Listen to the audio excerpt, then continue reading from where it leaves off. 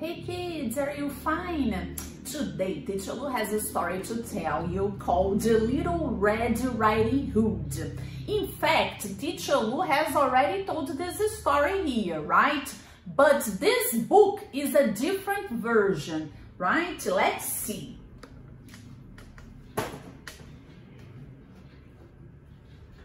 I thought I'd go and visit grandmother today, said the Little Red Riding Hood.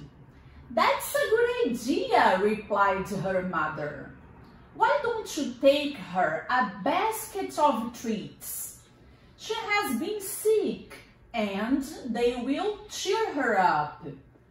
Be careful walking through the woods. There may be wolves. Let's see the basket.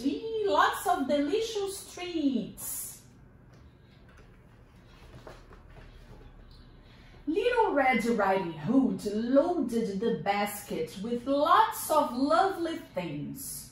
I'll put some apples in as well, she thought, and picked some shiny red ones from the tree. You see, lots of apples. But she didn't realize that a hungry wolf was watching everything she did. The wolf here. The wolf jumped out in front of Little Red Riding Hood as she skipped through the forest.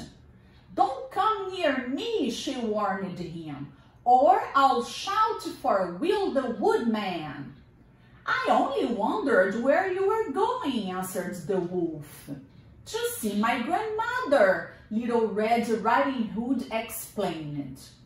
And no, you can't come as well. Off you go.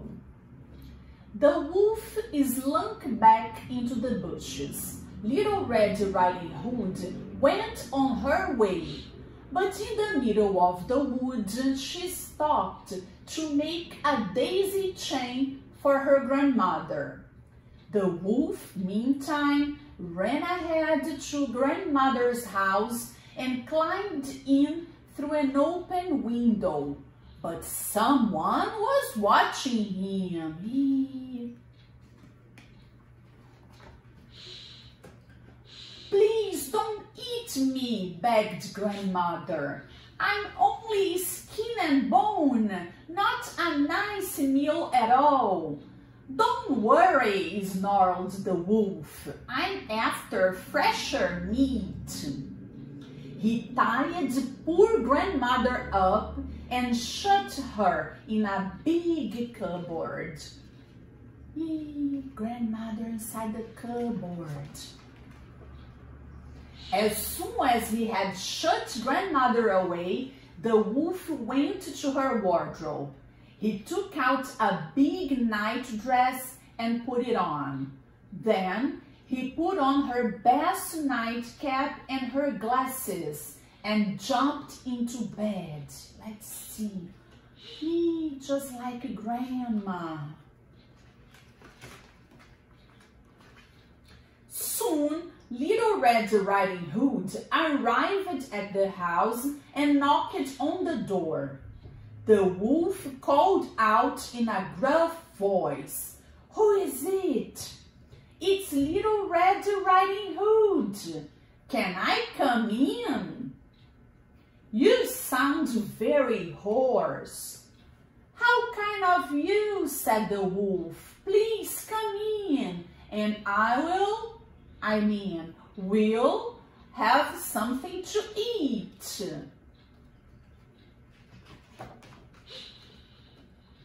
Little Red Riding Hood found her grandmother tucked up in bed. "I'm a bit better now," said grandmother in a husky voice. "But it's lovely to see you anyway." "You look a little different," said Little Red Riding Hood, peering at her. "What big eyes you've got!" "All the better to see your pretty face with," replied her grandmother. You see the big eyes? "I I've never thought to this before, said the Little Red Riding Hood, peering closer. But what big ears you've got as well. All the better to hear your sweet voice, answered Grandmother. And I hope you don't mind me saying, said the Little Red Riding Hood, peering very closely indeed. But what big teeth you've got! All the better to eat you with, snarled the wolf as he jumped out of bed, tore off his night clothes, and leapt at the little girl. Kids! But before he reached the Little Red Riding Hood, Will the Woodman burst through the door. The wolf took one look at Will's axe and fainted. The wolf fainted. Where's Grandmother? Said the Little Red Riding Hood. And what's that banging from the cupboard?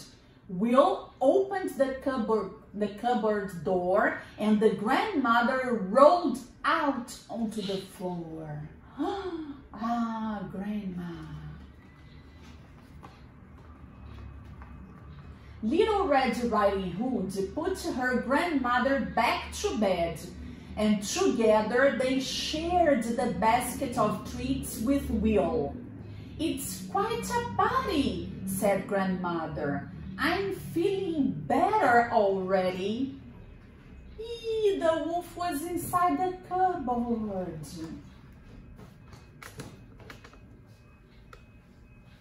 And then, my friends, did you like this version of the story? Really nice, yeah? Okay, bye-bye. See you in the next story.